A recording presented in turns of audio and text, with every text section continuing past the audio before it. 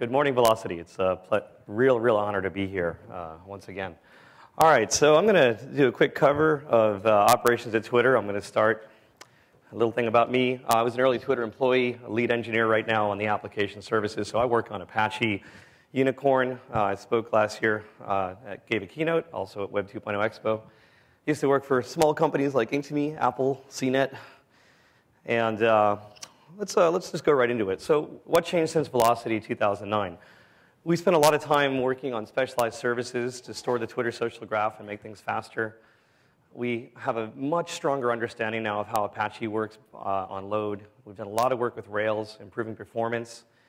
And we have more servers, more load balancers, more people. We've done a lot of work on Memcache. And we're learning more and more how to work as a team and to have better processes around what we do and to use science to figure out where the site is going and what's happening.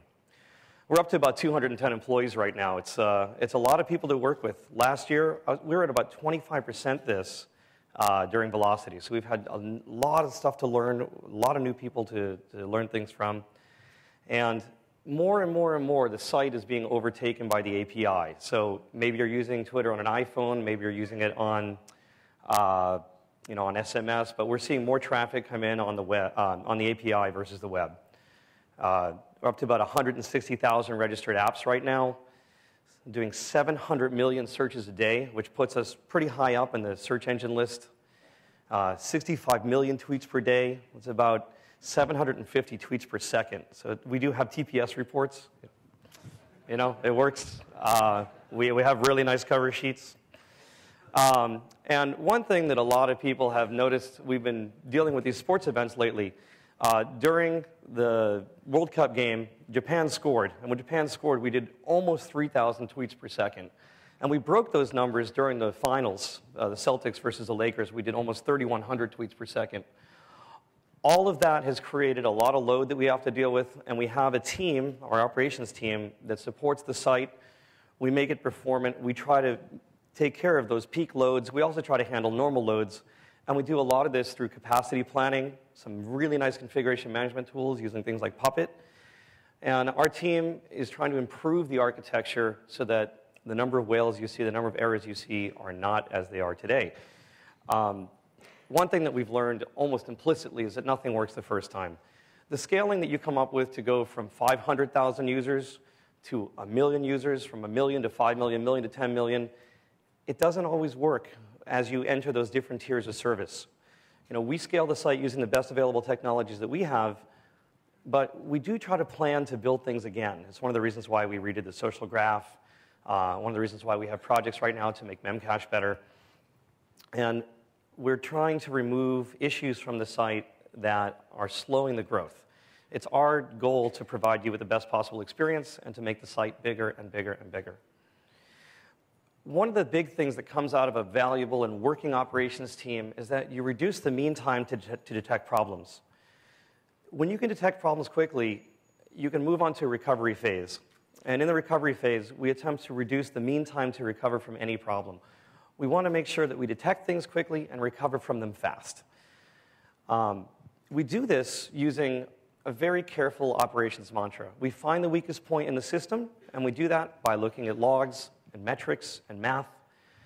We take corrective action against that process, either through making a system better, rewriting a system, or removing the bottlenecks that are in place. And we do this in a way using configuration management that's completely repeatable. And we move on to the weakest point when that's done, and we keep going. This is an iterative process that you should use in your organization. Monitoring is very important to being able to understand where the site is going and what's happening. Now, we're graphing tens of thousands of metrics in real time using tools like Ganglia. Many of you here probably build tools or support tools that work on our API. You should do this as well. Collect data from our API. Understand how your application is talking to our application, and use that data to make decisions on where you're going to go next. We provide information that we collect on dev.twitter.com. We have this really nice API status page now. And we use that to support our product teams on status.twitter.com, where we keep people up to date on where the service is going. One thing that I've found is that I think there's a major change happening right now in systems administration. I think that this is a term that's been used for a long time. You say, I'm a systems administrator. I work in Unix, I work in Windows, and I run things. I don't think you should be a systems administrator anymore. I think you should collect data. I think you should use math, and you should use science, and figure out where the site is going. We can all sit at a command line and manipulate hundreds of boxes at the same time. It's not worth anything if you can't get numbers, if you can't tell where you're going. You want to make decisions based on data and not gut instincts. That costs companies a lot of time when they're building things. Okay, so a few methods on how we get data. We are doing a fair number of projects where we do low-level profiling of Apache and Ruby and other systems. We try to identify bottlenecks either at the lowest level, like looking at latency, network usage, maybe trying to find memory leaks. There's a huge pile of tools you can use to get this information. We like TCP dump and TCP dstat. Yconnalyzer is a Yahoo project that came out a while ago for doing network monitoring. Google has an entire perf tool suite for getting low-level data on where memory is going, where you're spending time in your app. We use that in data analysis. And by instrumenting the data that comes out of our profiling work, it really pays off for us. This is a quote from a while back. It's Tim O'Reilly. This is going to be an important skill in the future. Understanding how to collect data, analyze data, and produce reports and make decisions based on that data will be very important in the future. Okay, a number of people who work on a site that runs Ruby, or who have seen the performance of Ruby on Rails, they like to blame Ruby for the problems. A number of the performance issues we have are not directly related to Ruby. They are front-end issues that have to do with, let's say, the way that queries are generated or the ways that you cache data. Frequently used data is a very hard thing to cache, especially for a site like Twitter. And I'll get into that in a few slides ahead. We find that garbage collection, replication lag, SQL problems, that's the root of most of our issues. It's not because we use Rails. We could use any language.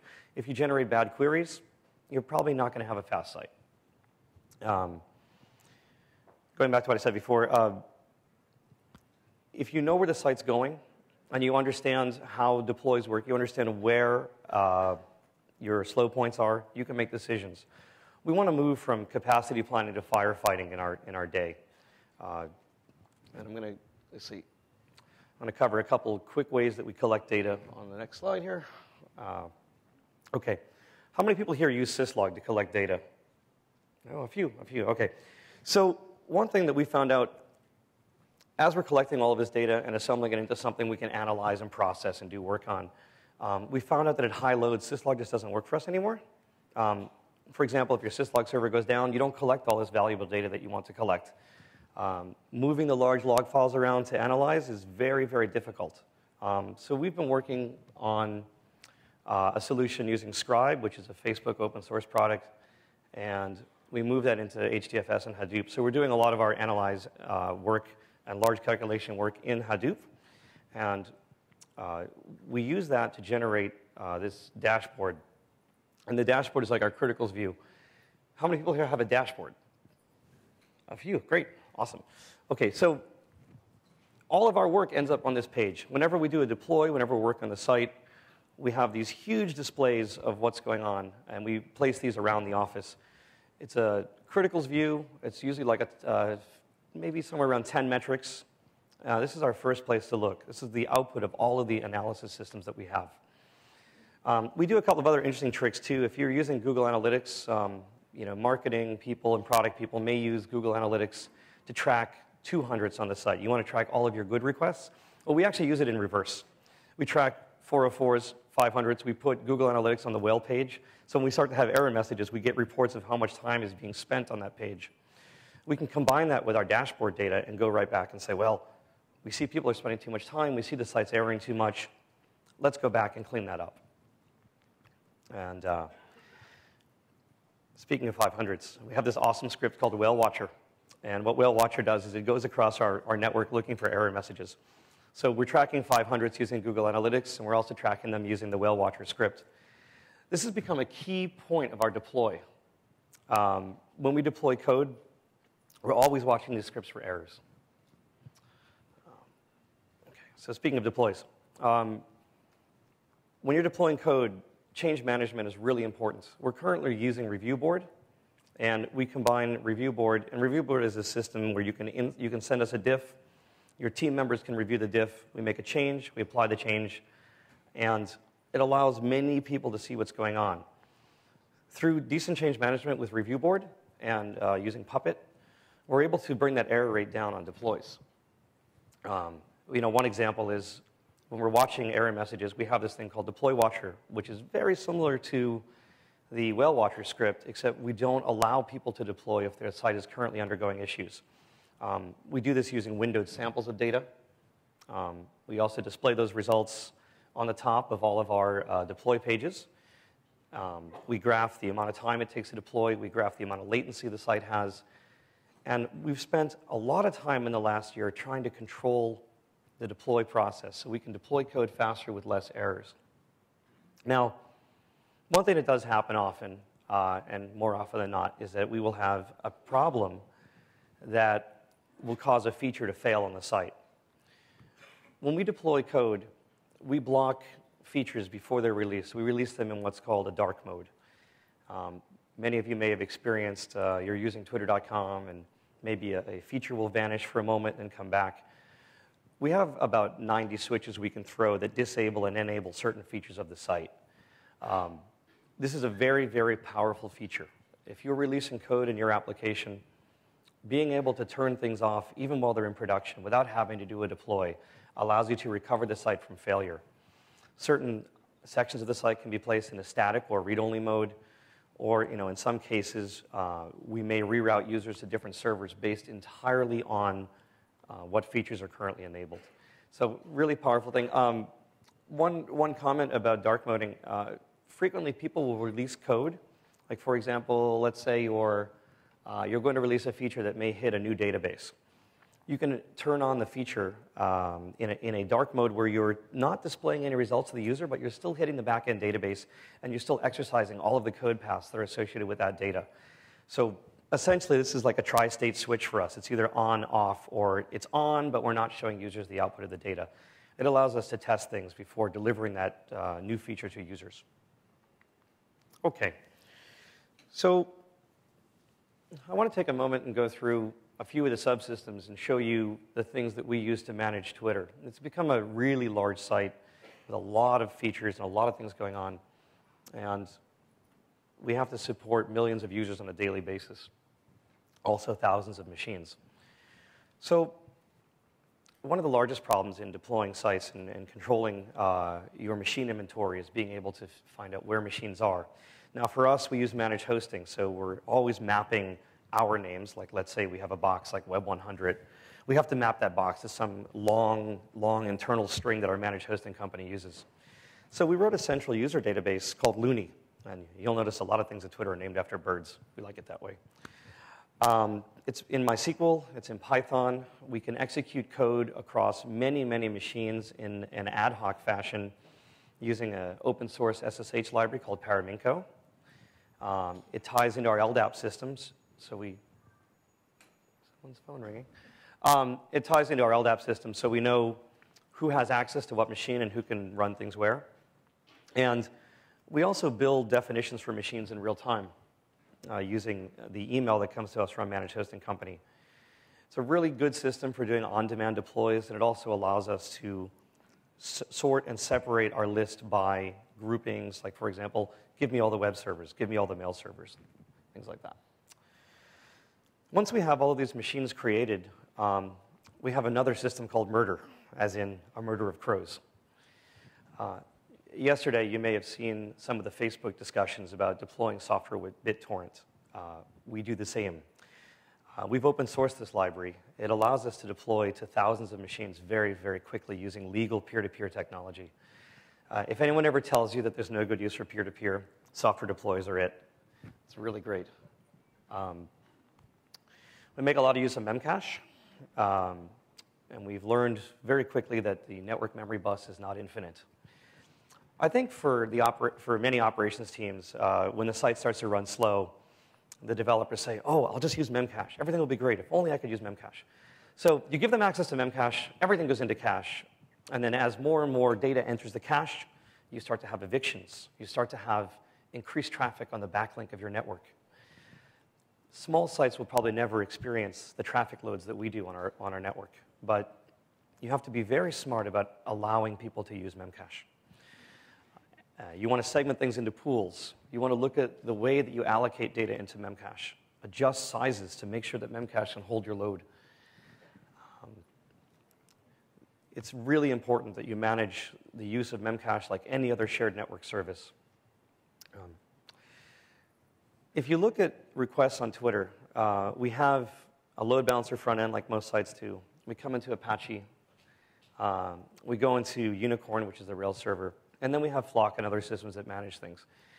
This is a flow that we have to manage at all times. And one of the biggest wins that we've had in the last year or so has been going to Unicorn. There's a recent engineering blog post where we describe using Unicorn versus Mongrel, which is a standard Rails server, as the difference between standing in many, many supermarket lines and not knowing how long each cashier is going to take to process a request, versus using Unicorn where, let's say, you're standing in a long line waiting for the next available cashier to process your request. We've been able to do probably about 30% less CPU. We're using a lot less memory in Unicorn. And we're also able to do deploys with no downtime because these servers allow us to switch who's processing the load very quickly. Another really large find for us was that proxy balancer in Apache was very, very broken. Under low loads, there's not much of an issue. Proxy balancer works beautifully and manages load. Under high loads, we experience a lot of thread contention.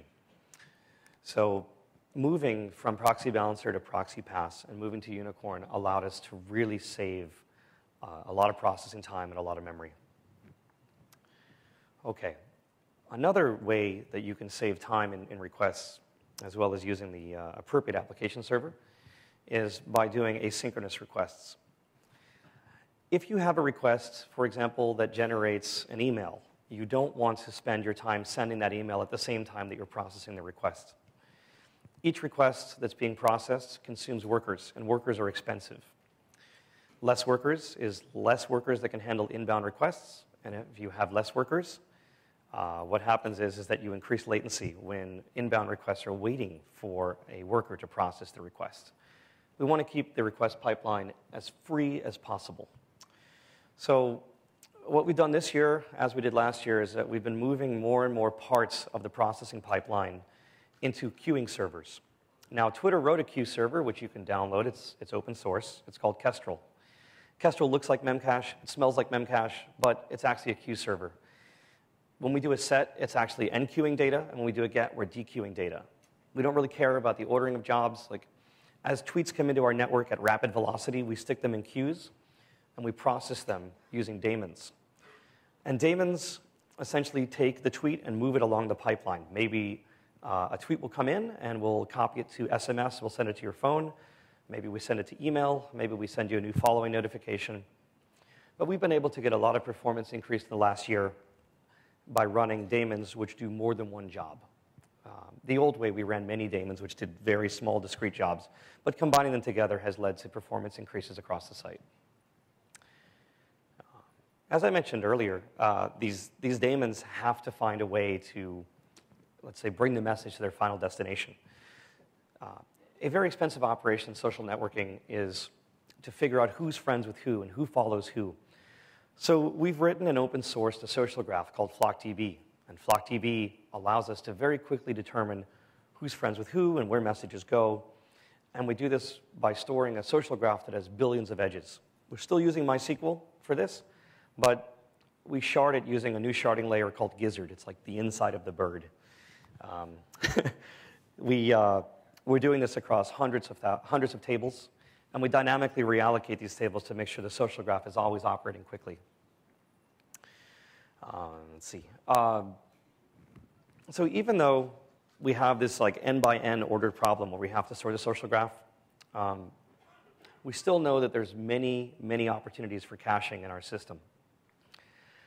We are the real-time web, but frequently we can store things for up to 60 seconds before anyone really notices that we're not real-time anymore. We still use Memcache to store things like tweets, and we're the largest contributor to Memcached. But there's definitely a lot of opportunity in the site to store and cache data, even though it's a real-time system. Okay, we did find that caching everything is not the best policy, though. We have invalidation problems sometimes. If we lose a Memcache, we have a cold cache problem. And I want to stress that if you are using caching or using Memcache, you want to use the cache to augment the database. You should never put yourself in a situation where if all of your data is stored in Memcache and you happen to lose a Memcache server, you don't want to go down for multiple hours. The database should still be able to take the load. We've definitely been victim to that before, and we've worked to divide our traffic to eliminate the cold cache problem.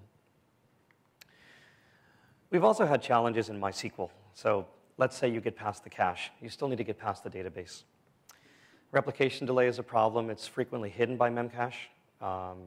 Sometimes waiting for replication on a single thread of MySQL can take a long time and create a lot of pain in the infrastructure. We're very fortunate to have moved things off of MySQL for the social graph, but we still use MySQL to store a lot of things like statuses, and we handle database replication in there. By dividing up our workload and doing sharding or functional partitioning, we've managed to get that load quite down. One other trick that we do is we use mkill, which is a part of the mtools. We frequently will kill traffic that's taking too long. So if you get a whale and it says we're over capacity, sometimes it's not the case that we're over capacity. It may be the case that the SQL query just took too long, and we decided to preemptively kill it. We really want to fail fast. We don't want to fail slow. It's much better to have the user receive an error message and click reload and go to a faster server than it would be to have you sit there for 30 seconds and have us continually process. Okay, so in closing, I recommend that you start configuration management very early. Log everything you can, and in our case, plan to build everything more than once. Understand that the solutions that work for small sites don't work for all sites. And instrumentation and logging is really critical to keeping track of your infrastructure. And when you're done with that, do it again. Okay, thank you. I really appreciate your time this morning.